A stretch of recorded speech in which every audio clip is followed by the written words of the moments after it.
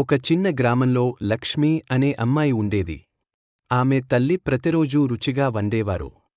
కాని లక్ష్మికి తినేటప్పుడు అన్నంలో సగం తినక ముందే వదిలియడం అలవాటు. ఒకరోజు ఆమె నాయనమ్మ చూసి చిరునవ్వుతో అడిగింది, అమ్మా, ఆ అన్నాన్ని ఎందుకు వృధా చేస్తున్నావు? లక్ష్మి లైట్గా తీసుకుంది. ఇంకోసారి కొత్తగా వండించుకుంటాను.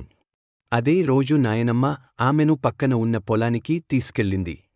అక్కడ రైతులు ఎండలో కష్టపడి పంట పండించడానికి ప్రయత్నిస్తున్నారు.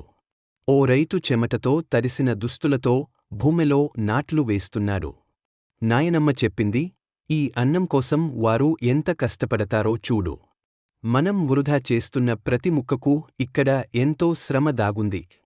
ఆ మాటలు లక్ష్మి హృదయాన్ని తాకాయి. రాత్రి తినేటప్పుడు తాను తినిన ప్రతి అణువు గౌరవంగా స్వీకరించింది.